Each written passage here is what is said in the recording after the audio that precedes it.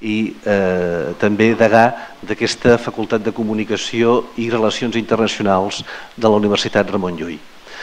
Donem la benvinguda, us donem a tots la benvinguda i donem la benvinguda al doctor David Jou, membre del patronat de la Fundació Joan Maragall. Jo crec que tots vostès el coneixen, físic i poeta, catedràtic de Física de Matèria Condensada, si ho dic bé, de la Universitat Autònoma, és poeta i també assagista. Té un munt de publicacions traduïts en molts idiomes. Per destacar algun dels seus llibres, potser el que ha tingut més traduccions és Les escriptures de l'univers, així com assagista sobre ciència, fe, poesia, El laberint del temps, La simfonia de la matèria, Déu, cosmos, caos, reescrivint el Gènesi, un munt de publicacions que fa que David Jou, a més de catedràtic de matèria condensada de la Universitat Autònoma i a més de poeta, sigui un dels intel·lectuals de referència del nostre país. Avui ens parlarà d'una temàtica que crec que ha despertat molt interès, per això la vostra presència important avui a l'auditori, d'una temàtica, crec jo, molt important i que forma part d'aquesta agenda de preocupacions que avui té ben present la Fundació Joan Maragall. Com us he dit, ara mirarem de posar algunes cadires més. També vull aprofitar per donar la benvinguda als seguidors del portal catalunyareligió.cat que avui ens segueixen en directe a través de les xarxes de comunicacions electròniques. David, tens la paraula. Moltes gràcies, gràcies per la invitació a parlar aquí, gràcies a vostès de ser aquí. I ja vaig directament al tema. Aquí intentarem veure què és un bosó, qui és el Higgs, què va fer el senyor Higgs, per què se n'ha dit partícula de Déu i per què el nom ha tingut una certa fortuna i què ens diu aquest bosó sobre aquesta partícula, sobre el món, quin paper juga en la lògica actual de les partícules i quina funció hi fa. A veure... Bé, començaré fent un repàs molt breu de les idees sobre la matèria elemental al llarg de la història, perquè la recerca del bosó de Higgs està dintre de la recerca de quins són els constituents bàsics de la matèria. Llavors recordem que la matèria la veiem com una gran diversitat, però què hi ha al darrere d'aquesta diversitat? Si aquesta diversitat es pot simplificar, és una sospita que tenen els grecs. Per exemple, veuen que l'aigua es pot presentar com a aigua líquida, com a neu, com a gel, com a vapor. Llavors veuen que al darrere d'una sèrie de transformacions hi pot haver una mateixa substància. I de mica en mica es pregunten quins podrien ser els elements de fons d'aquesta substància. De manera que veiem una dialèctica, unitat, diversitat d'una banda. D'altra banda, també hi ha la dialèctica permanència-canvi. I llavors aquests conceptes semblen un dualisme irreductible, perquè semblen conceptes oposats, permanència, canvi, unitat, diversitat, i llavors alguns filòsofs tenen una idea bonica, que després tindrà molta fortuna en la interpretació del món, que és la idea dels àtoms. Àtoms com a partícules molt petites, partícules indivisibles, immutables, eternes, i que serien l'element de permanència, i l'element de canvi seria la combinació d'aquests àtoms. I llavors així era una manera elegant de fer un pont entre dues coses que semblaven completament oposades. I si avui a la gent els hi fa impressió que la física quàntica salti sobre les dualitats, dualitat entre corpuscle i ona, per exemple, en els grecs, imagino que en una sèrie de grecs els hi devia fer també aquesta impressió de saltar per sobre d'unes dualitats amb un element que unia això. Ara, aquests àtoms, quina mena d'àtoms i quines eren les substàncies fonamentals? Això hi haurà diverses teories i una de les que té més fortuna és la idea dels quatre elements. La idea dels quatre elements que serien foc, serien aire, aigua i terra. és una interpretació simple, bonica, de la matèria, i això influirà la sensibilitat de les arts durant segles. Encara s'escriuen molts llibres de poesia o són pel·lícules, a vegades interpretant aquests 4 elements, que també els podríem relacionar amb 4 estacions, etc. Ara, Plató uneix la teoria dels 4 elements amb la teoria dels àtoms i amb les matemàtiques pures, i la seva idea és, en el llibre Timeu, suposar que els àtoms tenen forma de políedre regular, i com que hi ha 5 políedres regulars, llavors ell atribueix un d'aquests políedres regulars als àtoms de cada element i li queda un 5è políedre regular que relacionarà amb l'èter, i llavors ell dirà que l'espai supralunar està format d'èter i de foc, hauria pogut estar format d'aire i de foc, per ell està format d'èter i de foc. Llavors veuen, és un moment interessant pel que fa al concepte, perquè veiem com una idea matemàtica, associar una perfecció matemàtica als àtoms, porta a una predicció d'un element que està més enllà dels 4 elements perceptibles i et porta a buscar aquest element, aquest èter. Bé, després, aquesta idea dels 4 elements es veurà desbordada en els alquimistes. Quan comencin a estudiar amb més detall la matèria hauran d'afegir, per exemple, el sofre, el mercuri, i de mica en mica hauran d'anar estudiant aquell element que en dèiem terra, l'hauran d'anar subdividint en més i més elements.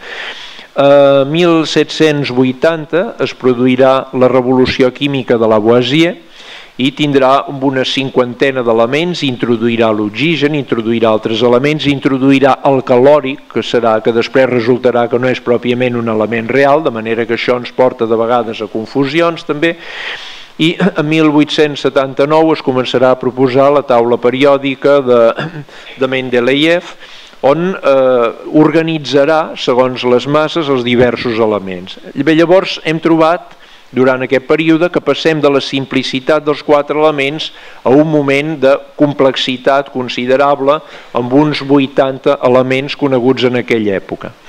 En 1897, Thomson, a Cambridge, descobreix l'electró i veu que aquests electrons poden sortir dels àtoms, i llavors té la idea que l'àtom no és immutable, que no és indivisible, que està format per electrons negatius, i llavors, naturalment, per alguna cosa positiva a l'interior, es descobreix els protons, i llavors s'arriba a un model molt senzill de matèria, el model més senzill, enganyosament senzill.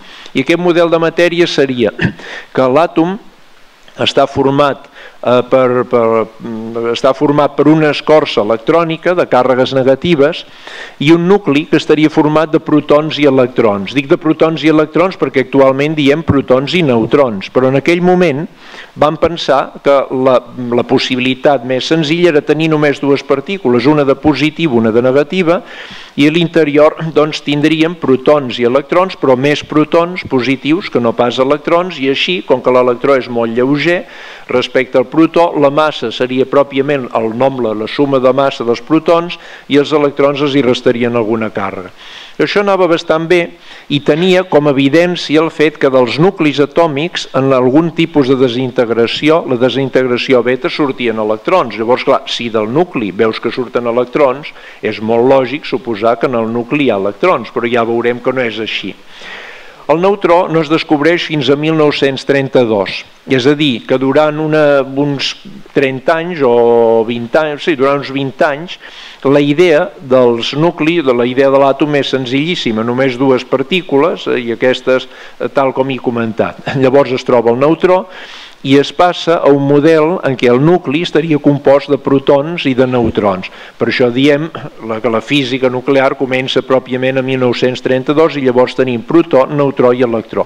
També és un model molt simple de matèria.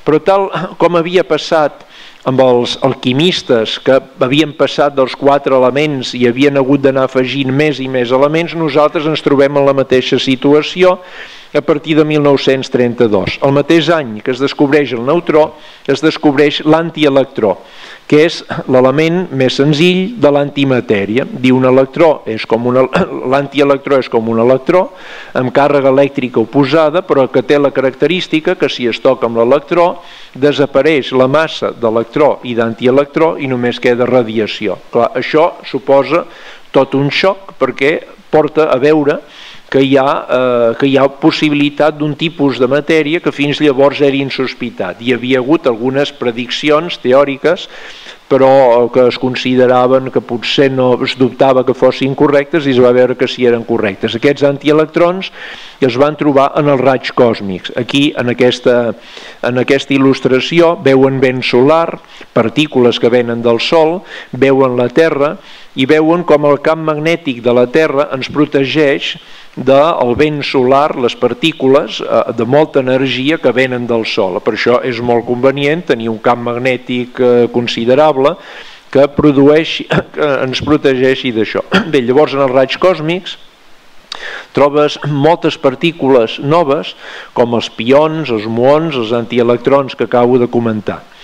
Poc després, també cap als anys 1930, comencen a fer acceleradors de partícules, és a dir, les partícules els hi comencen a donar més velocitat a través d'una combinació de camps elèctrics i magnètics i les fan xocar entre elles. I llavors van descobrint més i més partícules, de l'ordre de 400 partícules diferents, totes elles inestables, duren poquíssim, entre partícules sigma, omega, lambda, kaons, una gran diversitat de partícules. Ara, d'on surten aquestes partícules? Estaven dintre de les altres partícules o no? No, simplement surten de l'energia. En 1905 Einstein havia dit energia és igual a massa pel quadrat de la velocitat de la llum, de manera que la massa seria una forma d'energia. Si donem a les partícules molta energia i xoquen entre elles, no és que les partícules es trenquin i surti una cosa del seu interior, sinó que part de l'energia que tenen es transforma en tipus de partícules completament noves. I llavors es planteja el problema de com classificar aquesta gran diversitat de partícules, suposant que es puguin classificar. Clar, sempre hi ha una convicció en una simplicitat de fonts de la naturalesa per part dels científics i llavors s'intenta simplificar això. I llavors es dividirà les partícules en hadrons i en leptons, i ara comentaré en detall què representen. Els hadrons són partícules sensibles a la interacció nuclear forta, a més a la interacció nuclear feble i a la interacció electromagnètica. La interacció, clar, quan comença la física nuclear veiem que cal dues forces més, i fins a la física nuclear es coneixia bàsicament l'electromagnetisme i la gravitació. I l'electromagnetisme causava la majoria de forces que venen de la matèria, les friccions entre les substàncies, la viscositat, moltes coses d'aquestes que estan relacionades amb l'estructura molecular. Però ara el problema en el nucli, dintre del nucli, és com pot ser que dintre d'un nucli molt petit hi hagi molts protons, que són càrregues elèctriques positives i que per tant s'haurien de repel·lir. Què els aguanta? I llavors ja veuen que no pot ser la gravitació, que és molt petita, a escala electromagnètica, és moltes vegades, bilions de vegades més petita que la força electromagnètica, i em quedo curt, de manera que la gravitació no es pot aguantar. Doncs necessitem una altra força, que en direm interacció nuclear forta, que és la que fa que els nuclis no es trenquin, sinó que els protons i els neutrons estiguin enganxats. I després es trobarà també una interacció nuclear feble, de la qual parlaré després. Doncs bé, es veu que de totes aquelles partícules que he comentat abans, que s'havien anat descobrint, hi ha unes partícules que són sensibles a la interacció nuclear forta i unes que no ho són. D'aquestes partícules sensibles a la interacció nuclear forta, n'hi ha algunes que tenen més massa i unes que no tenen tanta massa, i en direm barions i mesons. Barions les pesades i mesons les de massa intermèdia. En 1961, entre el 61 i el 64, es proposa que aquests hadrons estan formats per unes partícules encara més elementals que s'anomenen quarks. És un nom que li dona Gell-Mann. Bé, llavors aquests quarks són els quarks bàsicament U, D i S. Llavors aquí veuen, en aquestes columnes verticals, veuen una lletra U, una lletra D, a baix de tot una E i una nu grega amb una E, amb un subíndex E. Llavors, els hadrons estarien formats, bàsicament, els hadrons que es coneixien en aquella època, pels quarks U, D i S. Per exemple, un protó no seria elemental, sinó que serien dos quarks U i un quark D. Després ja n'ensenyaré un model teòric, i el neutró seria un quark U i dos quarks D. Aquests quarks tenen càrregues fraccionàries, això no ens hi preocuparem, i llavors amb aquests tres quarks U, D i S en tenen prou per explicar els hadrons que es coneixien en aquella època. Cap a 1974-75 es descobrirà el quark C, el quark encant. Bé, llavors aquests quarks s'uneixen de 3 en 3 o de 2 en 2 i amb aquestes unions de 3 en 3 i de 2 en 2 són suficients per explicar aquestes partícules que he comentat, aquests hadrons, perquè també tenen estats excitats i aquests estats excitats es poden interpretar com a partícules de les que havien observat. Bé, llavors ens preguntarem, vegin que aquí hi ha moltes més partícules elementals. Veuen que aquí hi ha 3 columnes, després, i aquestes columnes hi ha les figures vermelles, que són els quarks, i les verdes. I aquestes capsetes verdes representen el que anomenem leptons. Els leptons són partícules que no experimenten la interacció nuclear forta, sinó només la interacció nuclear feble. Llavors, aquesta interacció nuclear feble, què fa en la naturalesa? Doncs bàsicament convertir protons en neutrons i neutrons en protons. Llavors, un protó, per exemple, pot donar un neutró més un antielectró, més un neutrí electrònic, ara comentaré què és el neutrí, i un neutró pot donar un protó més un electró més un antineutrí electrònic. Bé,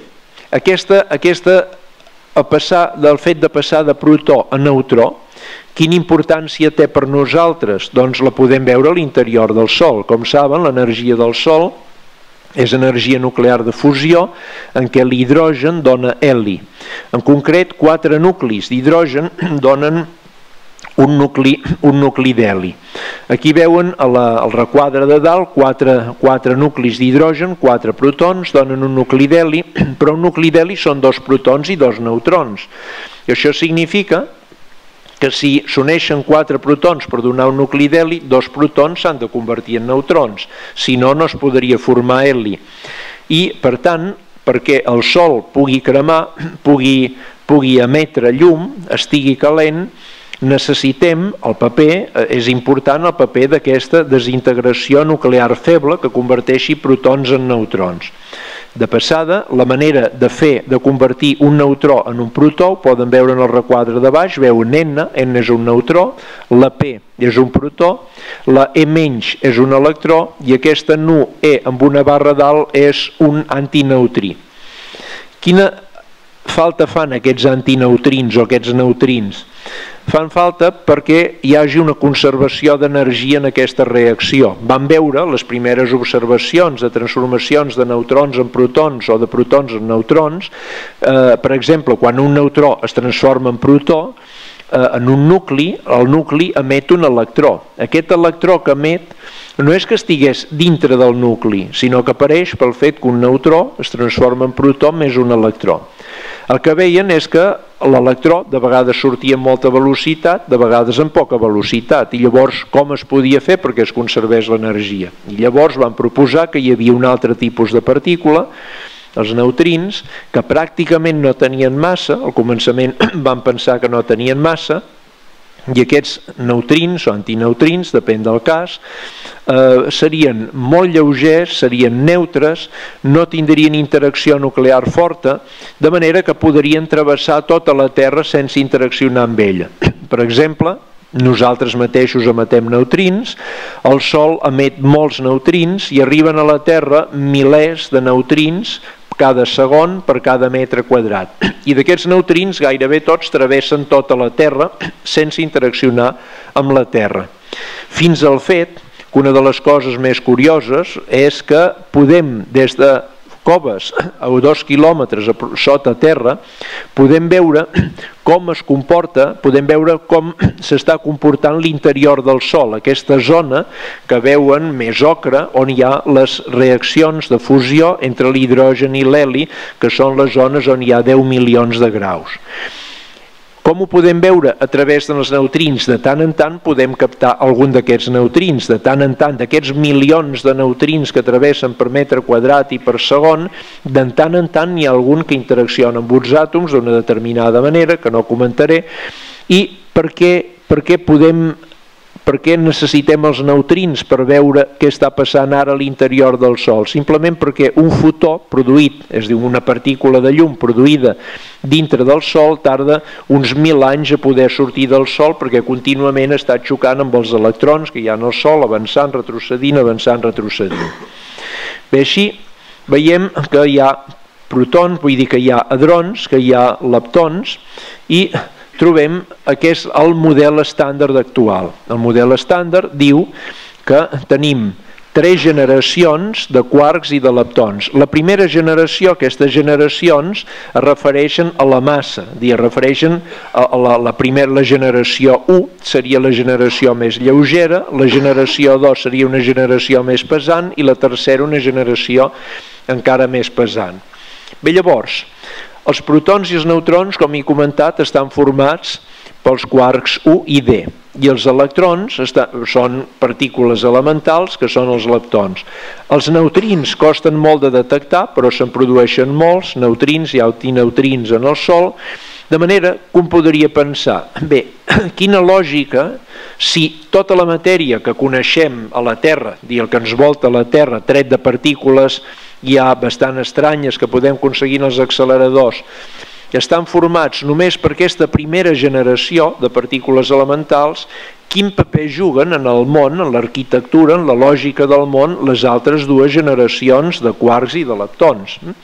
Llavors, en el model actual, hi ha els quarks U i D, els quarks C i S i els quarks T i B, que corresponen a uns noms que ara tampoc no cal dir, i després hi ha, com a leptons, l'electró, la partícula muó, la partícula tau i tauó, cadascuna de les quals té el seu tipus de neutró específic. Els neutrons són molt lleugers, fa relativament poc s'ha trobat que tenen una certa massa no nul·la, però molt petita.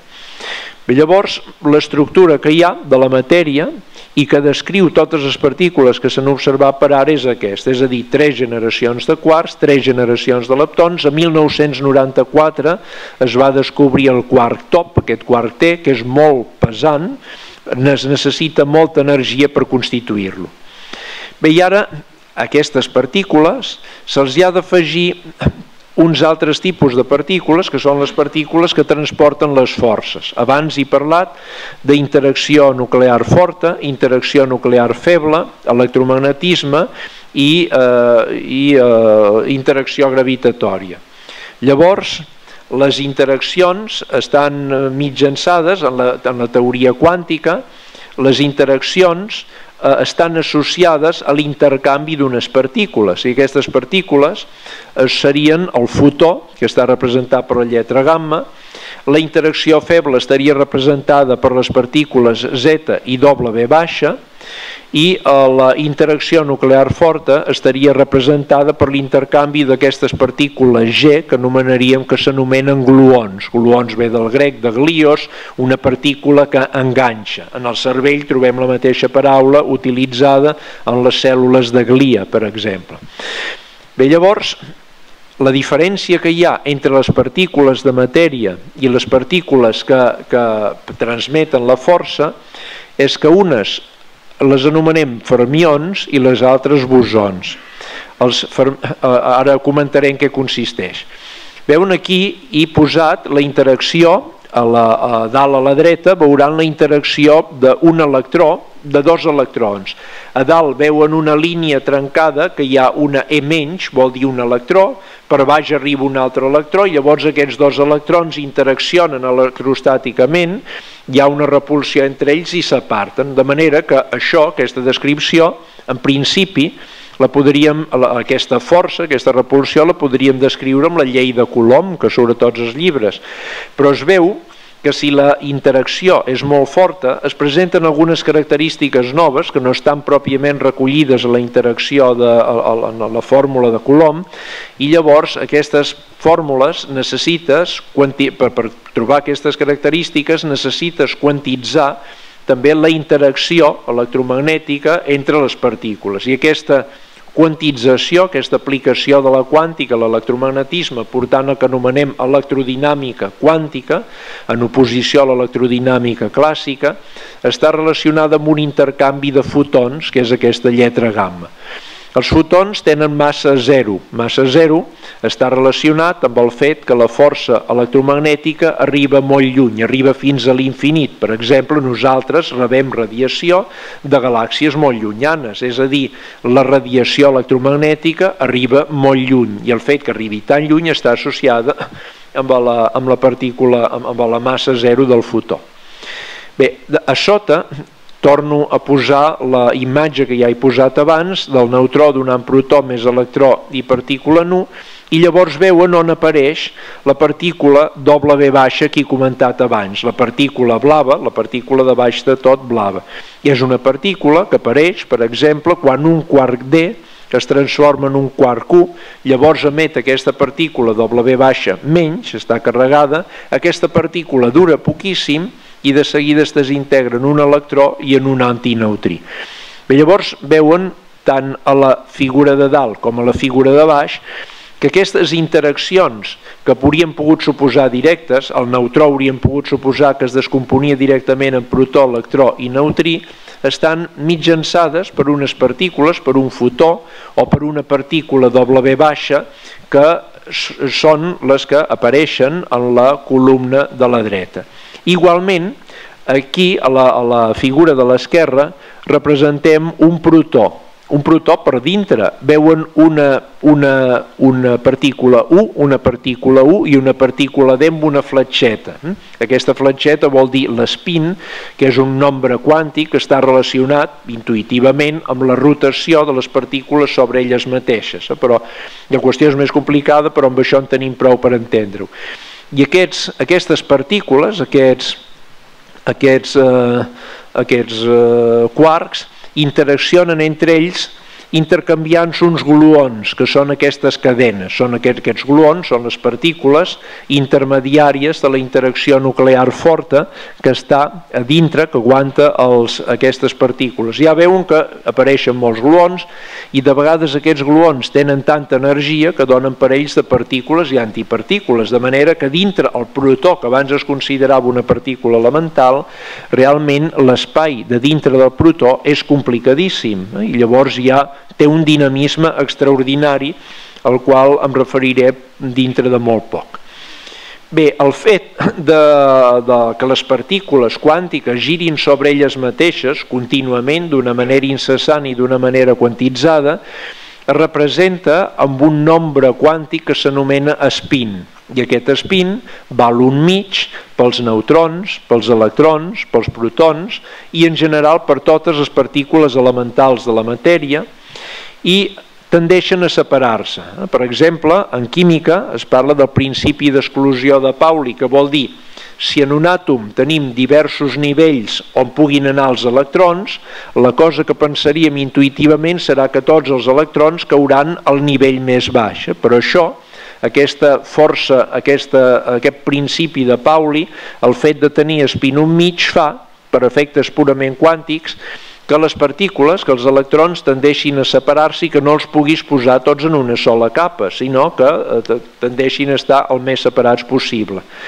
En canvi, hi ha altres partícules que tenen espín 0, 1, 2, i aquestes partícules s'anomenen bosons i tendeixen a anar junts, tendeixen a unir-se i anar en grans col·lectivitats.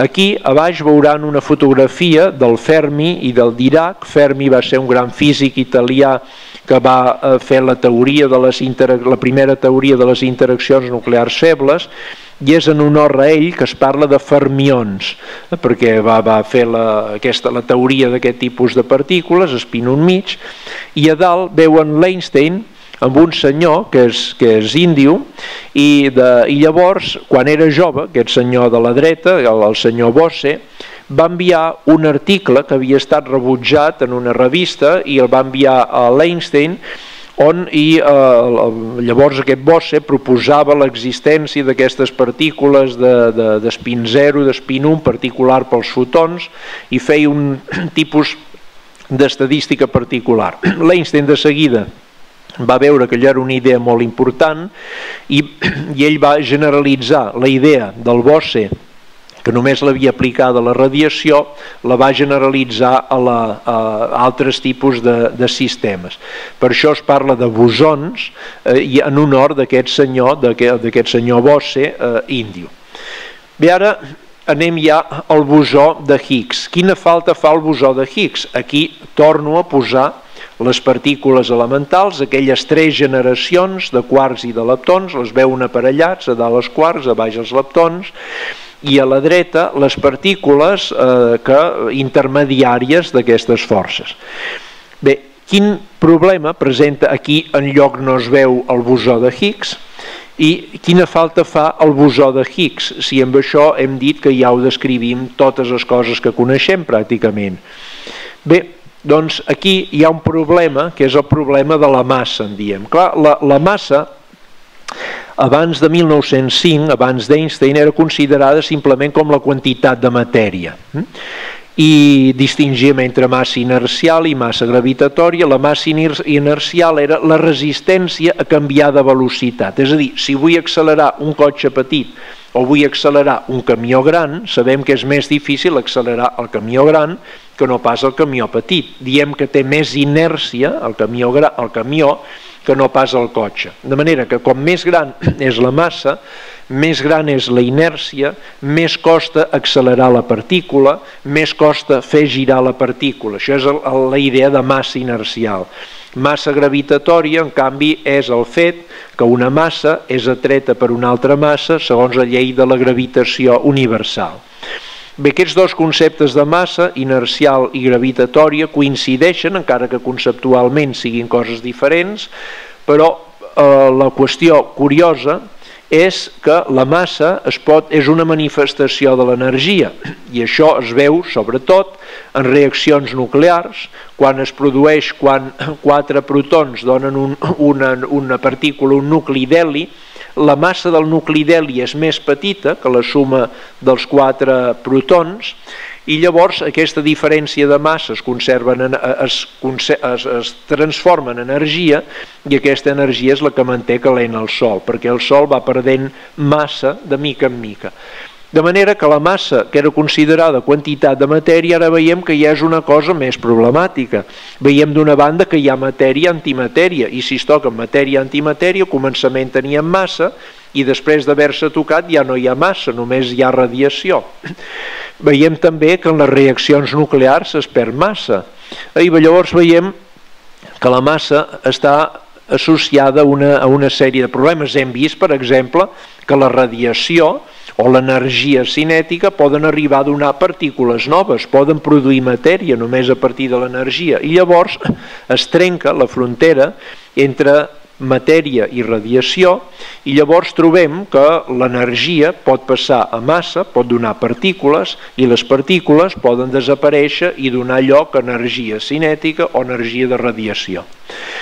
Bé, quina mena de problemes apareixen relacionats amb la massa? Doncs apareixen, en primer lloc, a la columna de la dreta de tot, és a dir, a la columna d'aquestes partícules relacionades amb les interaccions.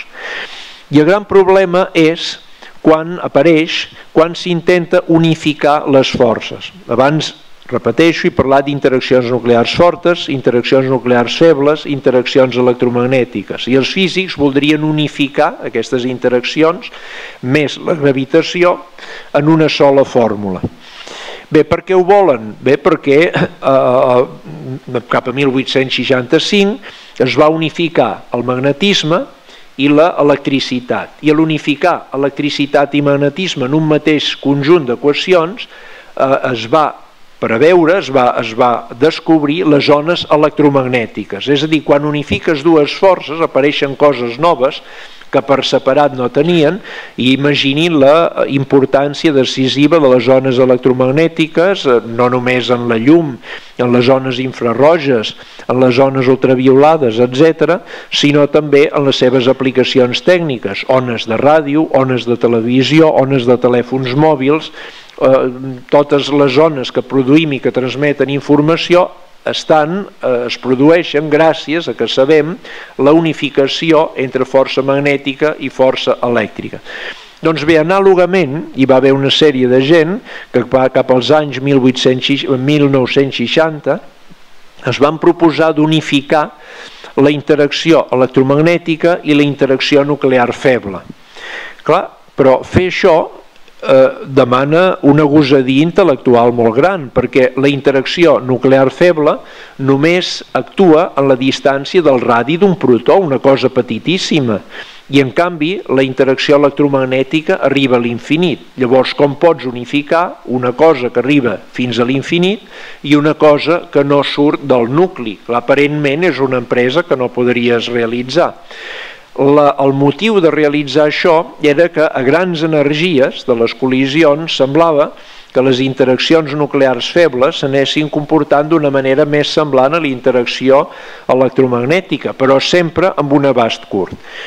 Llavors, l'abast de la interacció és inversament proporcional a la massa de les partícules. Vull dir que si la massa de la partícula que va d'una partícula, si tenim dues partícules que interaccionen canviant-se partícules, enviant-se partícules l'una a l'altra, com més petita és la massa de la partícula, més lluny arriba la interacció.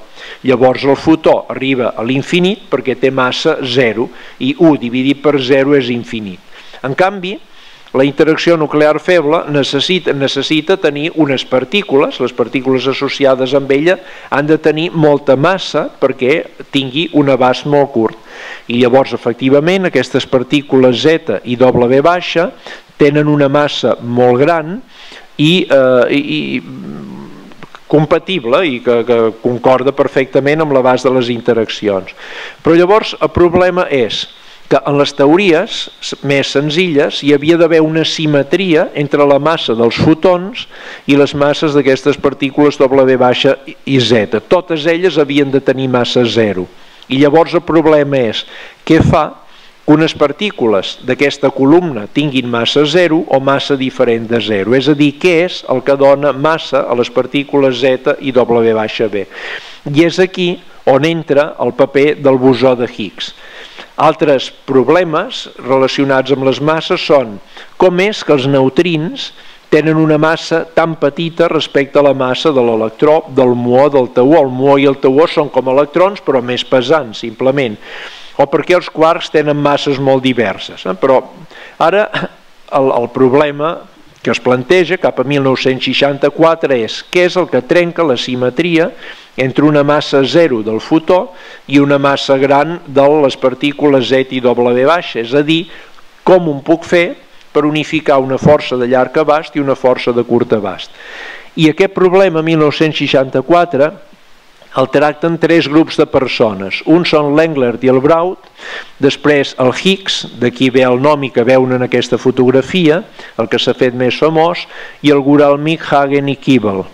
I poc després el Migdal i el Polyakov de Rússia també van publicar un article. Aquests eren dos nois molt joves, havien tingut la mateixa idea, fins i tot abans que el Higgs i abans que l'Englert i el Braud, però els seus directors de treball els hi van dir que allò era una ximpleria, que allò no anava enlloc i no van gosar publicar-ho. I després, quan va sortir publicat a tot arreu, van dir, home, nosaltres ho havíem dit, com a mínim ho publicarem perquè en quedi constància i per això parlo d'ells. Bé, llavors, l'any 64 surten tres articles. El de Higgs és un article curiós perquè només té una pàgina i un quart. És un article curtíssim, és com l'article d'Einstein sobre E igual mc al quadrat, té 3 pàgines, si no recordo malament, o 4. Aquest del Higgs només té una pàgina i quart. Se li va acudir la idea quan estava d'excursió i va tornar a casa seva molt excitat, va escriure l'article, va enviar Physics Letters, li van rebutjar, van dir que allò no tenia cap ni peus, que no tenia cap mena d'incidència física, el va enviar Physical Review Letters i ara és un dels articles més citats d'aquesta revista. Bé, llavors, per què si va haver 6 persones que el 1964 van proposar aquesta partícula que dona massa a les partícules, per què només parlem de Higgs? Bé, parlem de Higgs perquè aquestes va ser el que va associar el camp de Higgs, que ara comentaré, amb una partícula, de manera que és ell el que proposa que hi ha d'haver un tipus de partícula nova. Bé, llavors la idea de tota aquesta gent és que el que dona massa a les partícules, és a dir, que la massa no és la quantitat de matèria, sinó que és una relació. I llavors els fotons, les partícules zeta, les partícules W interaccionen amb un camp, que és una propietat de l'espai, una propietat que omple l'espai a tot arreu, i és això el que dona massa a les partícules. Imaginin, per exemple, una bola que estigui movent-se en un fluid ideal, sense viscositat. Llavors, aquesta bola es mouria indefinidament, però encara que es mogui indefinidament, si la volem accelerar, sí que té inèrcia perquè posa en marxa també l'aigua, modifica la velocitat de l'aigua del voltant. I llavors, aquesta partícula, aquesta boleta, que està dintre d'aquest fluid, suposem ara un fluid transparent, invisible, llavors aquesta partícula té una massa aparent molt més gran de la seva massa real, perquè quan s'accelera ella també modifica la velocitat de tot el fluid del costat. I llavors aquesta idea, en realitat una idea que havien tret del camp de la superconductivitat de l'estat sòlid, és la idea que proposa aquesta gent que hem comentat aquí. És a dir, proposen que a més que l'espai està ple d'una mena de fluid, dic fluid perquè s'entengui, ells en diuen un camp, però suposem que és com una mena de fluid invisible, com una mena d'èter, podríem dir, i que les partícules adquireixen la seva massa, la seva inèrcia, hauríem d'entendre, perquè interaccionen amb aquest fluid, i llavors interaccionen amb aquest fluid de maneres diferents. Llavors podrien dir, i per què no fèiem una cosa més senzilla i simplement diem, mira, les partícules Z i de W tenen una massa diferent de 0 i el fotó té massa 0 i és així perquè és així. Doncs el problema de fer-ho directament, sense passar per aquesta mena d'èter, per aquest camp de Higgs, per aquesta mena de fluid, entre cometes, que omple tot l'espai, era que si poses la massa directament, sense passar per aquest fluid, tots els càlculs que faries de les interaccions es farien infinits, i llavors no podries treballar, hi hauria unes divergències, que diem en termes físics, i tot es faria infinit. En canvi, si les masses de les partícules aquestes les poses a través d'aquesta interacció amb aquesta mena de fluid invisible, és quan llavors pots fer la teoria, a l'incorporar aquest camp, pots fer una teoria de les forces sense que apareguin els infinits, és a dir, els infinits que he comentat es poden cancel·lar. Bé, aquesta idea, doncs, originalment, el bosó de Higgs estaria relacionat només amb la massa de les partícules Z i W baixa, però de seguida hi ha investigadors que de seguida aprofiten aquesta idea per la massa dels leptons. Hem dit que els neutrins consideraven inicialment que tenien massa 0, ara no tenen massa 0, i en canvi l'electró, el muó 200 vegades més pesant que l'electró i el tauó 1.400 vegades més pesant que l'electró aproximadament, també, segons ells, adquiririen la seva massa per interacció amb aquesta mena de fluid, amb aquesta mena de camp de Higgs. I després, ja posats a fer, ho van generalitzar amb els quarks. I llavors van dir, potser totes les masses venen d'interacció amb aquest tipus de fluid. Bé, llavors ens podríem preguntar, llavors la nostra massa, la massa d'un protó, dels protons i neutrons que ens formen, està relacionada amb el bosó de Higgs? I la resposta és que no. La resposta és que aquest bosó de Higgs dona massa a aquestes partícules elementals que veuen aquí, però no dona massa, per exemple, al protó. Per exemple, el quark 1 pesa 3 unitats, el quark D 6 unitats, per agafar un càlcul senzill, 3 més 3 més 6 són 12, però en canvi la massa del protó és 930. Llavors, clar, si sumo la massa de les partícules U, U i D, resulta que només és 12 i la massa observada del protó és 930. D'on ve aquesta massa? Doncs bàsicament del fet que aquests quarks es mouen dintre del protó amb una velocitat elevadíssima i per tant tenen aquesta velocitat elevadíssima dona una energia molt gran que és la que nosaltres veiem com a massa del protó. És a dir, la massa nostra, encara que estiguem en repòs, de fet és deguda, encara gairebé tota ella, al moviment d'aquests quarks dintre dels protons. Encara que nosaltres veiem un protó aturat, dintre d'ell hi ha molta mobilitat i aquesta mobilitat és la que està relacionada amb la massa dels protons. Això, encara que no hi hagués la partícula de Higgs, el protó sí que seguiria tenint massa, nosaltres seguiríem tenint massa. Però ara, suposem quina importància té això de les masses de les partícules. Abans he dit que la partícula W baixa, per exemple, tenia una massa gran. Què passaria si la seva massa fos més petita, per exemple? En què ens afectaria a nosaltres? Doncs afectaria el ritme en què el Sol va cremant. Una massa més petita d'aquesta partícula W baixa voldria dir que les partícules canviarien de protons a neutrons i de neutrons a protons més ràpidament. De manera que ara el que fa que el Sol vagi cremant lentament en lloc d'explotar com una bomba nuclear, perquè clar, si em diran tenim tant de substància que és susceptible de fusió nuclear, llavors la pregunta és per què va cremant lentament i per què el Sol durarà 10.000 milions d'anys en lloc d'explotar de cop, perquè té una quantitat de massa. Llavors això està relacionat en bona part amb aquesta interacció nuclear feble, és a dir, quan diem feble hauríem de dir sort que és feble, perquè si aquesta interacció anés més ràpid, llavors el Sol, la durada del Sol hauria estat molt més curta. Si aquesta massa fos zero, la partícula W baixa, el Sol hauria explotat en un moment.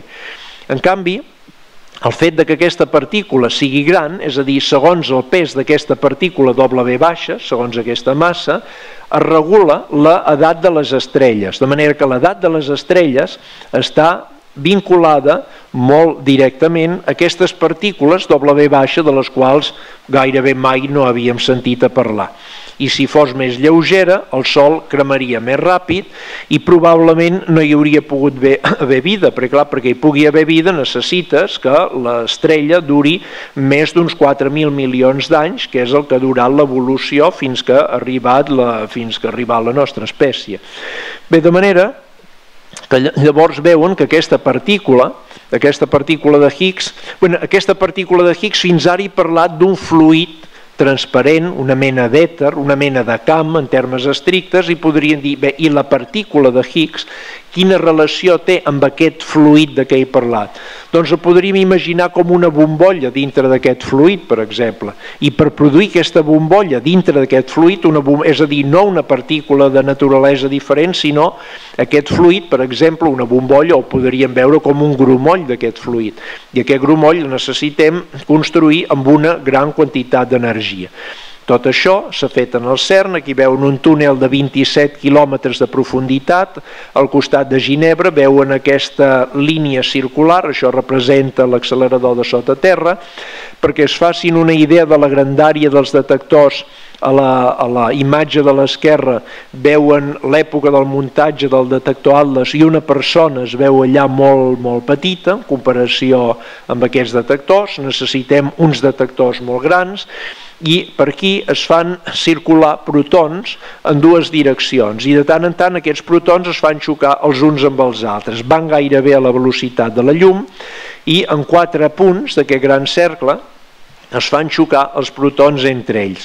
I llavors el que es va veure, i el 4 de juliol es va comunicar, va ser que s'havia vist unes desintegracions que podrien venir del bosó de Higgs. Aquest bosó de Higgs és molt inestable, només dura una bilionèsima de bilionèsima de segon, en realitat 100 bilionèsimes de segon. Llavors imaginin-se que no és possible veure'l directament. Llavors com el veiem? Doncs el veiem perquè aquesta partícula, que té molta massa, es desintegra de diverses maneres. Es pot desintegrar, ara aquí no entraré en tecnicismes, però el que s'ha observat allà, es pot desintegrar donant 2 fotons, o es pot desintegrar donant un electró més un antielectró i un muó més un antimuó, és a dir, i altres coses. Llavors, el que han observat, l'Atlas i el CMS, això és un tipus de detector que se'n diu CMS, i l'Atlas, que és un tipus de detector diferent, el que han observat són unes desintegracions de 2 fotons o de 2, un electró i un antielectró i un neutrí i un muó i un antimuó que han pogut caracteritzar com venint del bosó de Higgs. Aquí veuen una línia verda per aquí, aquí hi ha 2 línies verdes i 2 línies vermelles que no es veuen gaire bé, que serien l'electró, l'antielectró, el muó i l'antimuó, que repeteixo és com un electró. Bé, problema, el gran mèrit, hi ha altres maneres de desintegrar-se. El gran mèrit d'això és que han pogut trobar la massa d'aquest bosó de Higgs, han pogut trobar que efectivament era un bosó i que tenia spin 0, però clar, per què ho van dir al voltant del 4 de juliol? Quan ho van dir? Ho van dir quan van tenir una estadística prou fiable, perquè clar, podríem veure 2 fotons que surten d'un punt si es desintegrés matèria-antimatèria. Podríem veure un electró, un antielectró, un muó i un antimuó de maneres molt diferents. I llavors com estem segurs que allò ve del bosó de Higgs? Doncs això demana molts estudis sobre com es va desintegrar en el bosó de Higgs. Llavors no ho han fet públic fins que el nivell de seguretat de que fos pròpiament un bosó com el de Higgs fos la probabilitat fos del 99,9999 i així 6 nous. I llavors per això has de fer moltes anàlisis molt complexes. Bé, encara no és segur si aquest bosó de Higgs és pròpiament el bosó de Higgs, aquest bosó, o és un altre tipus de bosó, perquè hi ha una teoria que anomenem de supersimetria, en què a totes aquelles partícules elementals que hem posat, doncs hi ha altres partícules que tenen un determinat tipus de simetria. Bé, i ara ja acabo breument dient què ens diu això sobre el món, perquè ho comenten com a partícula de Déu.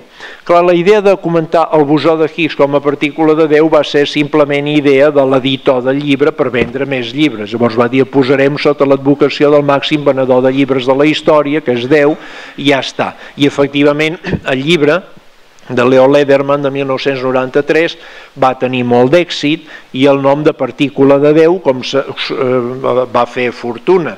Com quan parles del gen de Déu també vens més llibres, etc. De tota manera, el nom aquest de partícula de Déu, que no singularitza el Higgs, totes les partícules podrien ser igual de Déu o totes podrien no ser de Déu, de la mateixa manera, però aquesta partícula de Higgs tenia un grau de subtilesa especial perquè donava lloc influïa en les característiques de totes les altres partícules i ens posava de manifest la gran subtilesa de l'ordre matemàtic que hi ha al darrere de l'existència de l'univers i de la nostra existència. Per exemple, he comentat al principi, si tota la matèria de què estem fets nosaltres només és la primera generació de quarks i de leptons, quin paper juguen les altres 2 generacions de quarks i de leptons? Doncs juguen un paper importantíssim, perquè sense 3 generacions de quarks i de leptons, si només n'hi hagués una o només n'hi hagués 2, no s'hauria pogut trencar la simetria entre matèria i antimatèria. És a dir, hi hauria hagut simetria perfecta entre matèria i antimatèria. Però això vol dir que si a l'inici l'univers hagués tingut la mateixa quantitat de matèria i d'antimatèria, matèria i antimatèria s'haurien anihilat quan l'univers hauria tingut una bilionèsima de segon i ara l'univers només tindria llum. De manera que pels físics l'univers més plausible no és un univers amb matèria, és un univers amb llum. I llavors què fa? Que es trenqui la simetria entre matèria i antimatèria i que hagi pogut subsistir una mica de matèria després d'una gran anihilació de matèria i antimatèria. És, bàsicament, aquesta estructura en 3, potser més, però de moment en coneixem 3 generacions de quarks i de leptons. De manera que una de les coses que crida l'atenció, que ens diu el bosó de Higgs i que ens diu l'estructura, és que al darrere del món, al darrere de coses que ens semblen extremadament òbvies, com l'existència de la matèria, hi ha un ordre extremament subtil. El fet de que el Sol vagi cremant lentament en lloc de cremar molt ràpidament, ja també depèn d'unes realitats invisibles, com el bosó de Higgs o aquest camp de Higgs, que representen un ordre molt global, molt subtilíssim, que va molt més enllà de nosaltres, un ordre que ja existia abans de que nosaltres existíssim. Veiem que aquest ordre tan subtil, tan profund, ple de realitats que ni tan sols sospitàvem, també no pot ser un ordre perfecte. Si fos purament perfecte des del punt de vista matemàtic no existiríem, tot seria llum. I llavors necessites petites imperfeccions, petites ruptures de simetria perquè pugui existir la matèria. A vegades diem, bé, Déu no fa cap falta perquè existim. Bueno, en realitat no sabem què fa falta perquè existim, perquè llavors ja veuen que fins fa relativament poc, fins fa 25 anys o fins fa 40 anys, ningú no parlava de 3 generacions de quarks. El primer model de quarks van ser només 3 quarks i ara veiem, ara comprenem que hi ha d'haver 3 generacions de quarks perquè hi pugui haver matèria, i veiem que aquestes generacions de quarks i aquest ritme en què les estrelles cremen depèn d'un tipus de partícula que sembla que haguem observat ara o que probablement observarem dintre de poc si no és ella. Llavors veiem que la nostra existència depèn, la nostra existència purament física, ara no parlo ja de nivell més metafísic, però depèn crucialment de l'existència de realitats invisibles que ni tan sols sospitàvem. Per això que es fa difícil saber exactament què és i què és necessari i què no és necessari perquè existim. Una altra sorpresa que ens porta el bosó de Higgs és que la massa no és una propietat individual intrínseca de les partícules, sinó una relació. Que en la visió clàssica de les partícules tenen una càrrega elèctrica, les partícules tenen una massa, una quantitat de matèria que és d'elles, és una individualitat. I ara aquí veiem com propietats tan característiques com la massa, en lloc de ser una propietat de la partícula, és una propietat de la interacció d'aquella partícula amb el tot, és a dir, que tot està lligat amb una globalitat molt subtil.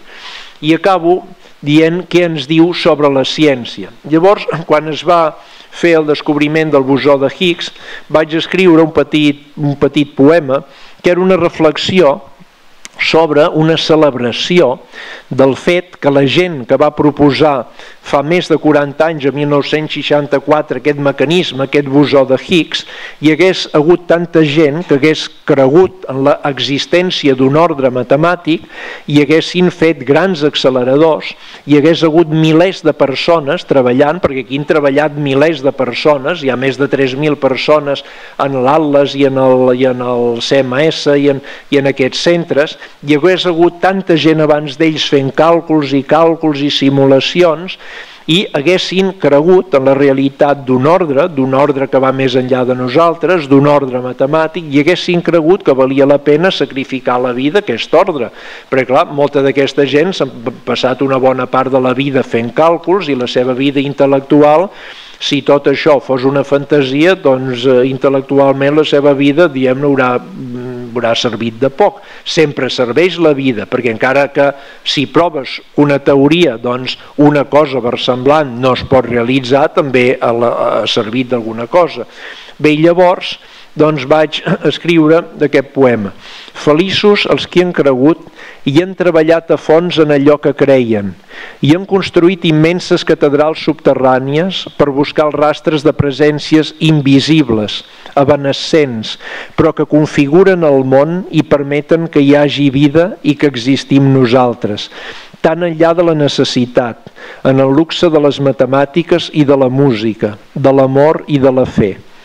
Feliços els qui han cregut que valia la pena esforços immensos per buscar allò en què creien, sense tenir-ne seguretat, sinó per una fe profunda en la bellesa, en l'ordre, en l'existència d'una veritat de fons i la capacitat d'arribar algun dia prop d'ella.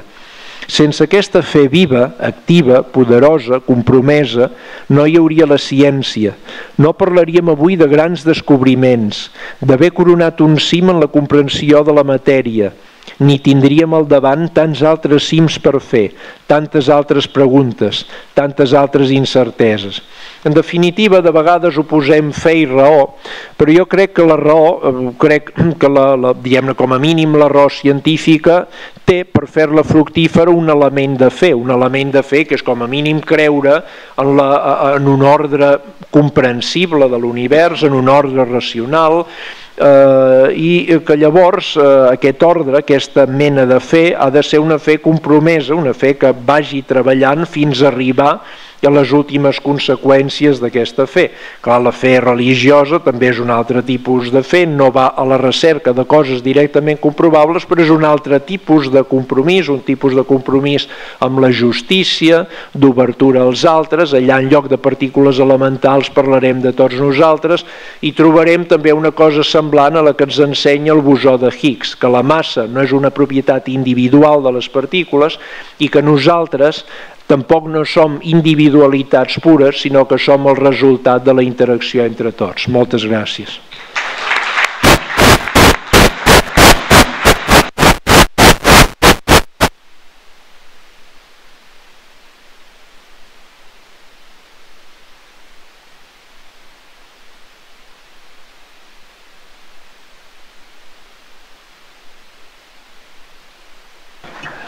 David, moltes gràcies. Crec que ara podríem fer una estona de debat amb en David sobre si s'ha fet ja un cim molt important en la matèria o si les individualitats, el misteri... Qui vol començar? Josep Maria? Pilar? Parlant del bosó de Higgs, donat que té aquesta existència tan mínima, tan indivisible, a més d'explicar l'evolució en endavant de tot el món, podria explicar, diguem-ho així, mirant una mica endarrere, per què es va produir el Big Bang? No pròpiament perquè es va produir el Big Bang, no, sinó que, diguem-ne, estaria associat amb per què a partir d'un cert moment, a dir, segons aquest model, en els moments molt inicials, molt propers a l'origen de l'univers, figura que llavors les partícules no tindrien massa, hi hauria la radiació, de fet durant molt temps domina la radiació, i que la massa vindria quan aquest camp comença a actuar i llavors hi ha una sèrie de partícules que comencen a interaccionar amb ell. Observin que aquest camp de Higgs no ens diu quins valors tenen les masses, perquè en cap moment, a partir de l'existència d'aquest bosó de Higgs, dius l'electró ha de pesar tant, el quark T ha de pesar tant, la partícula Z ha de tenir aquest valor concret. Això encara no ho sabem, per això volem teories més àmplies.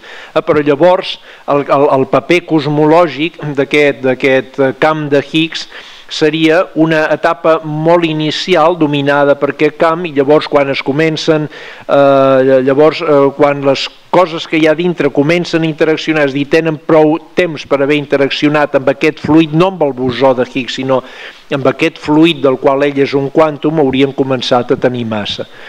Ara, de fet, per què el bosó de Higgs té la massa que té i no té una massa molt més gran? Això és un altre problema obert de la física, que és un problema que també necessita una teoria més gran que la del model estàndard, que no et dona la massa del bosó de Higgs.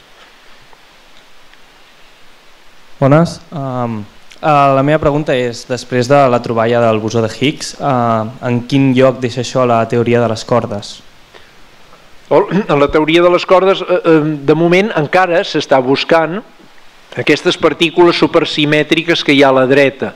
Per exemple, una de les coses que es pensava és que potser, podria ser, que aquest bosó que s'ha trobat en lloc de ser el bosó de Higgs fos una partícula supersimètrica. Hi ha alguna gent que ho diu, la manera de saber-ho o no saber-ho és estudiar de quines maneres es desintegren, perquè totes aquestes partícules es desintegren de maneres diferents i llavors la física et diu si és el bosó de Higgs i té tal massa s'ha de desintegrar en un 43% en quarks B i anti-B, en un 23% o en un 10% en bosons tau, perdó, en leptons tau i antitau, etc. És a dir, hi ha una estadística. Llavors, s'han de fer moltes estadístiques encara per veure si les diferents maneres de desintegrar-se corresponen als tants percents.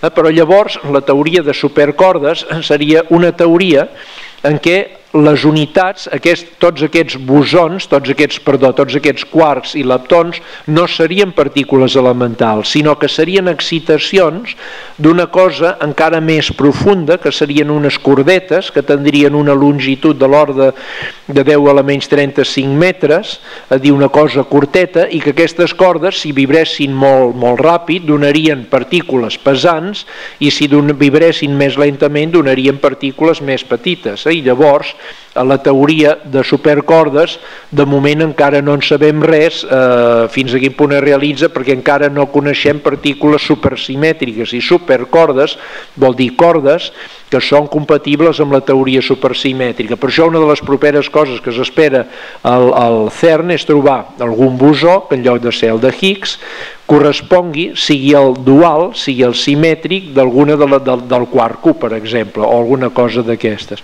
Encara hi ha moltes coses que s'estan buscant. Hola, bona tarda.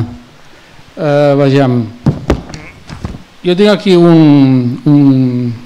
no tinc ni idea de física, però això és un treball que va fer el meu nano de 16 anys, el meu fill, a la Universitat de Granada, que viu allà per circumstàncies de la vida, i va guanyar aquest premi de la Universitat de Granada. Jo avui he vist a La Vanguardia aquest acte i he vingut amb molt de gust. I aquest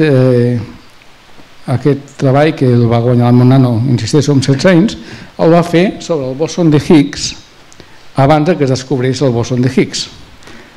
Per ser matemàtics, el maig de l'any passat. No, perdó, d'aquest any. I feia la següent pregunta. Si al final els físics troben el bòson de Higgs, a partir de què faran els professors de física? Ell diu, no serà un santo grial? Un grial? Un santo grial. Sí. Bé, en primer lloc feliciti el seu fill d'haver fet el seu treball. De fet, del bosó de Higgs fa molt de temps que se'n parla, de manera que és un tema de treball interessant. No calia esperar que es descobrís el bosó de Higgs per interessar-se del bosó de Higgs, però està bé que nanos joves s'interessin per això i tinguin l'il·lusió de fer aquests treballs, doncs és magnífic, el felicita de part meva. Però ara, diguem-ne, suposem que haguéssim trobat aquest bosó de Higgs. Algunes preguntes que ja he dit ara és, bé, com és que el bosó de Higgs no té una massa milers de vegades superior a el que era? Perquè en el model estàndard, si pren seriosament el model estàndard, el bosó de Higgs hauria de tenir una massa milions de vegades més gran que la massa que hem observat, perquè hauria d'interaccionar amb el buit quàntic d'unes maneres especials. I per això necessitem la teoria supersimètrica, perquè només amb el model estàndard l'energia del buit seria infinita i llavors, o molt elevada, i llavors l'univers s'hauria d'expandir acceleradíssimament, però amb una acceleració molt més gran de la que és. I llavors, encara que trobem tot el del model estàndard, encara quedaran preguntes greus. I és això perquè la densitat d'energia del buit és molt propera al zero, sense ser exactament zero. Llavors, encara quedaran molts altres grials, diguem-ne, per seguir buscant. Ja tenim una pregunta, una allà, una altra aquí i després allà. Hola, el bosó de Higgs explica directament la massa de les partícules i dels cossos, però la força d'atracció gravitatòria, que depèn directament de la massa, està explicada per el bosó o no? No. És a dir, el bosó de Higgs en realitat no és que expliqui, sinó que dona un mecanisme compatible amb l'unificació de forces, de que les partícules tinguin masses diverses sense portar infinits. Això és el que fa, però no ens diu quines masses té. Ara, primera. Segona, això només ens dona, només porta a les masses de les partícules elementals, però com he dit abans, la nostra massa, com que nosaltres estem formats de protons i de neutrons, la massa dels nostres protons i neutrons és bàsicament una massa relacionada amb el moviment i la interacció d'aquests quarks dintre del protó i del neutró. Aquests quarks podrien tenir massa 0, per exemple, i la massa del protó ser diferent de 0 i ser tota ella energia de moviment, E igual a mc al quadrat, però E energia cinètica. Però això no està relacionat amb la gravitació, és a dir, la gravitació, unificar les interaccions que coneixem amb la gravitació, que seria una geometria, segons l'Einstein, segueix sent una de les grans preguntes pendents de la física, i és per això que es busquen teories de supercordes, per exemple, per fer aquesta gran unificació, però el bosó de Higgs no hi està relacionat. Sí, tenim una mica més clar, sembla, el camp de Higgs que el bosó de Higgs.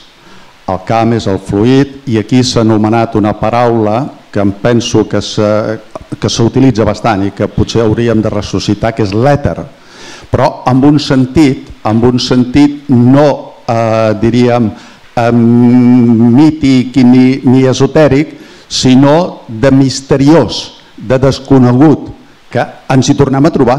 O sigui, ara, després de molts anàlisis, després de moltes comprovacions, ens trobem no de la mateixa manera, però vull dir amb el mateix problema, això sí, de no comprendre tota la realitat.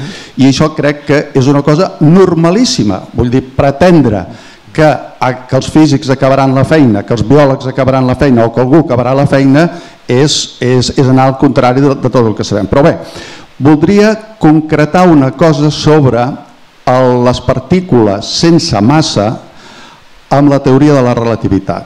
E és igual a mc2. Si hi ha partícules sense massa, com és possible que aquestes partícules se puguin transformar en massa o no s'hi poden transformar? Perquè segons E igual a M, i deixo el C2, un és transformable amb l'altre. La massa es pot transformar en energia, l'energia es pot transformar en massa.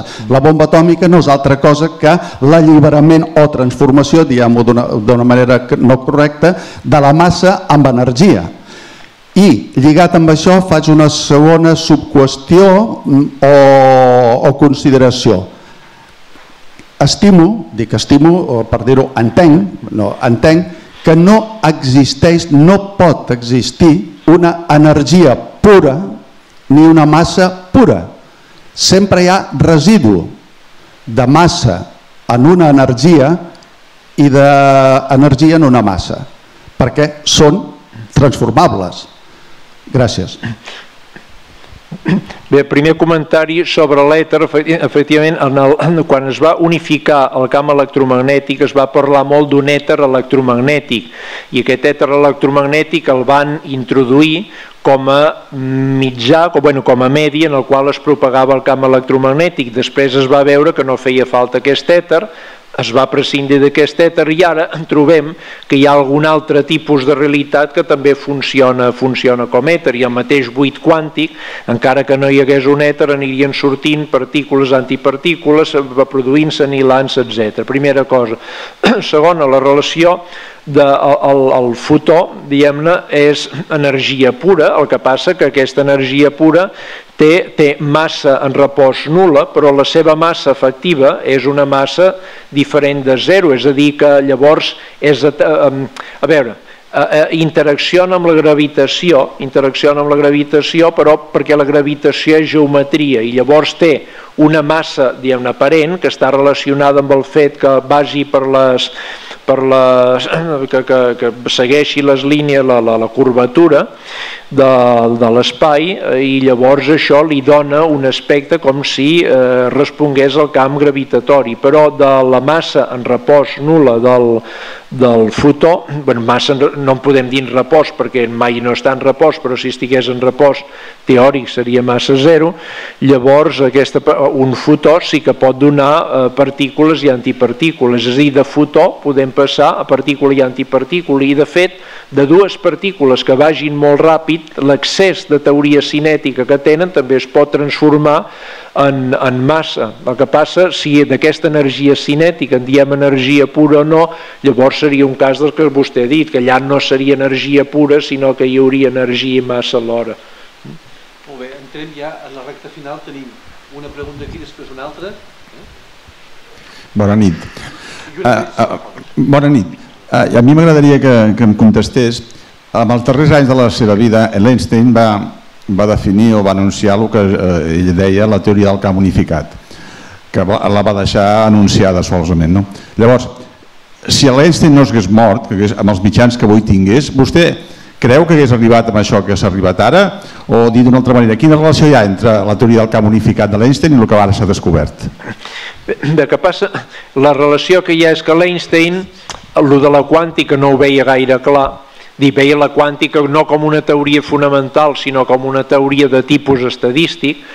L'Einstein, quan pensava sobretot en l'unificació d'electromagnetisme i gravitació, perquè en les forces nuclears no hi havia entrat gaire, i llavors el seu camp unificat ja acceptava que hi havia forces nuclears, però encara no es coneixien molt bé els detalls de la força nuclear forta ni de la força nuclear feble, i llavors, clar, difícilment una teoria de la qual ell no coneixia els aspectes matemàtics no la podia unificar, de manera que ell treballava en aquella època en desavantatge, no es coneixia la teoria d'aquestes forces, i la quàntica ell no l'acabava d'acceptar com a teoria fonamental, sinó com a teoria que a l'hora de la pràctica anava molt bé, però no alhora com a teoria fonamental. Llavors, si hauria hagut de canviar, si hagués canviat les idees, veiés la quàntica com una teoria més fonamental i hagués treballat prou les interaccions nuclears fortes i febles, segurament li hauria interessat molt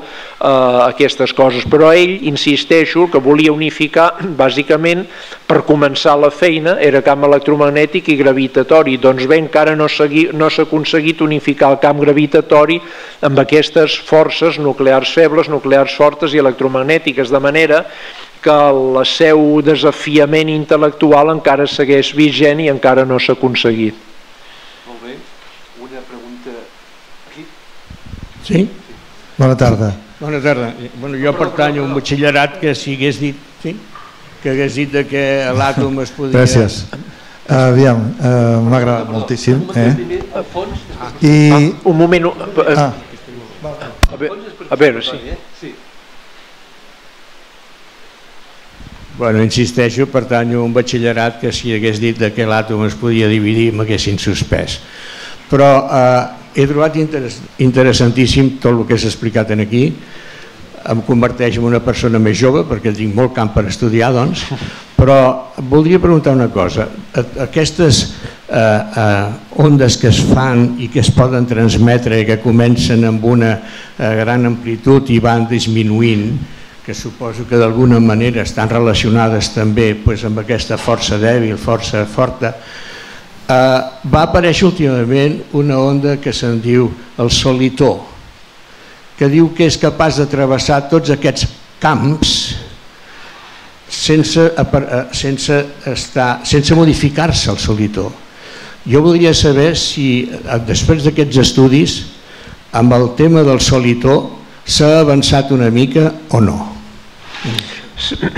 Sí, s'hi va avançant, el que passa, és a dir, s'ha intentat, el que passa que el solitó és el resultat d'una equació no lineal, és a dir, que té termes multiplicatius, i l'equació de Schrödinger és lineal. I llavors, d'una banda, la idea del solitó, que és una ona que es conserva, vull dir que es propaga mantenint sempre la forma, quan xoquen dues zones, dos solitons, interaccionen d'una manera molt complicada, però quan surten tal com havien entrat, com diu vostè. Això és una cosa molt curiosa quan hi ha termes multiplicatius, són solucions bastant excepcionals. Llavors hi havia hagut gent que deien, bé, potser la manera de relacionar una ona amb una partícula podria ser a través dels solitons.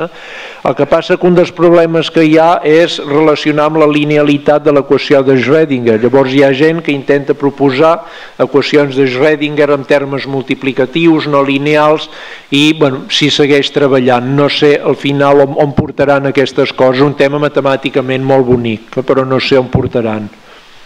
I la penúltima pregunta i al final l'última secreta. Val, gràcies. Bé, s'ha parlat de que l'univers parteix d'una singularitat. Llavors, clar, dir que parteix d'aquest punt vol dir que tenia que existir quelcom abans del que nosaltres coneixem com inici o teoria del Big Bang.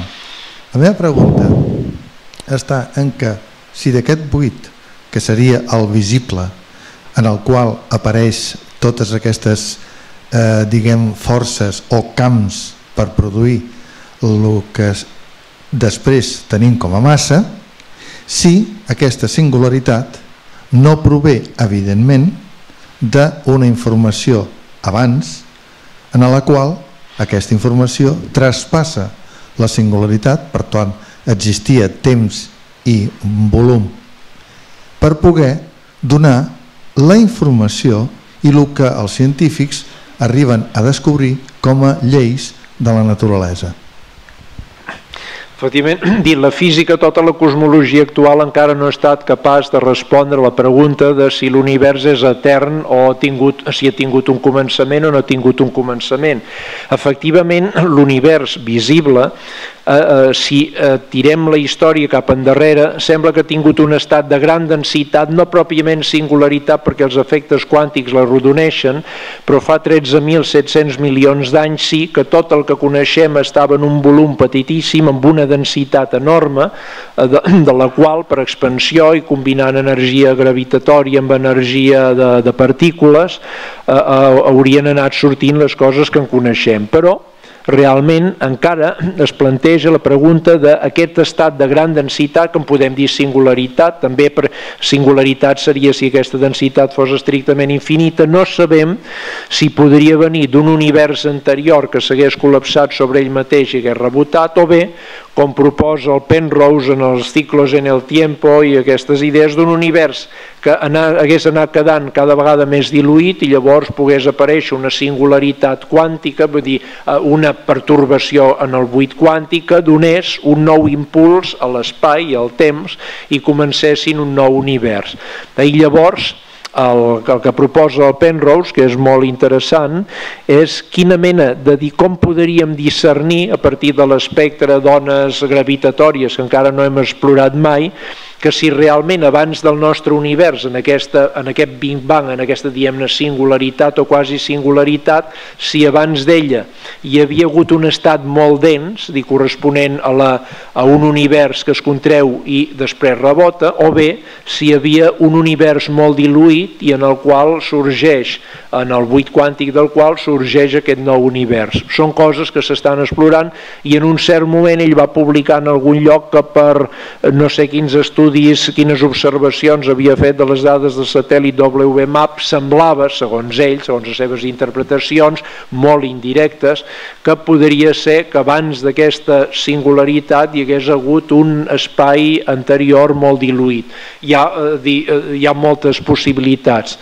I tampoc no sabem estrictament si l'univers és finit o infinit, de manera que el que es preguntaven els filòsofs si és etern o no és etern, nosaltres hem respost que el nostre univers, tal com és, va començar fa una determinada edat, però quan arribem a aquesta edat no sabem si va ser un inici absolut, si va ser un inici relatiu amb informació d'un altre univers anterior, com es transmet la informació de l'hipotètic univers anterior a aquest, són coses que encara no sabem. I potser no sabrem mai, però és bonic preguntar-se-les. L'última pregunta? Sí, jo voldria preguntar una cosa molt més senzilla. A veure, vostè ens ha parlat de les forces, de les 4 forces, i d'individualitats com són les partícules, tant a nivell, diguéssim, quàntic com a nivell físic normal que ens envolta.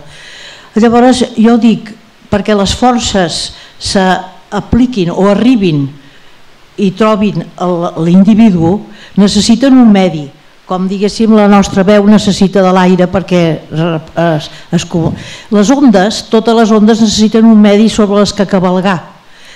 I jo dic, no és més important aquest fluid que vostè parlava on es mouen totes aquestes partícules i què en saben d'aquest fluid a nivell quàntic i a nivell universal, que una vegada han trobat les forces i els individus permetin aquesta relació entre forces i individus, entre ells, etc. Bé, les forces, no totes les forces, no totes les zones demanen un medi on propagar-se. Això era el que es creia fins a 1905 pròpiament, i per això es va introduir l'èter electromagnètic dient perquè es propaguin les zones electromagnètiques necessiten un medi. Llavors es va veure que les zones electromagnètiques es podien propagar sense un medi, que un camp elèctric produïa un camp magnètic, etc. Però, com dèiem abans, apareixen nous problemes, un cop resolt aquest problema, que llavors semblen demanar l'existència d'una realitat de fons amb les quals les partícules vagin interaccionant. Ara, de l'entitat pròpiament d'aquest camp de Higgs, o no de la partícula, sinó del camp, del que jo he dit com a fluid, però en termes més exactes seria camp, no en sé gran cosa. A mi, per exemple, una cosa que m'interessa molt és la densitat d'aquest camp. A mesura que l'univers va expandint, es va diluint aquest camp. Si aquest camp es dilueix, modifica la massa de les partícules en funció de l'expansió, perquè sembla que la massa de les partícules no varia, però potser en una etapa primordial sí que variava. No ho sé, són coses, si no varia a mesura que s'expandeix, funciona com una mena d'energia fosca, podria estar relacionat amb l'energia fosca, són coses que jo no ho sé, que em pregunto i que em crida l'atenció. Podria ser aquesta mena de camp com una mena de superfluid, per exemple, que llavors no tenen viscositat i donar aquests efectes inercials només, no ho sé, són coses que em pregunto i que llavors hi ha gent que es va preguntant i formulant-ho, però són moltes qüestions obertes en tots aquests camps. David, moltes gràcies. Acabem ara a 2:15. Certament hi ha moltes qüestions obertes ara i en el futur. Moltíssimes gràcies, David. Moltes gràcies a tots vostès. Recordar-los que la setmana vinent la Fundació Maragall organitza en aquest mateix auditori un acte ple de simbolisme i que eclesialment és molt important, que és la commemoració del 50è aniversari del Concili Vaticà II. Estan tots vostès invitats el proper dimecres, 11 d'octubre, a les 7. Tindrem la presència del doctor Pere Lluís Font, d'en Francesc Torralba i com a conferenciant especial el doctor Martín Velasco. Moltes gràcies. El 10 d'octubre, el dimecres vinent, 10 d'octubre, aquí a l'Auditori Blanquerna Comunicació. Moltes gràcies i bona nit. Moltes gràcies.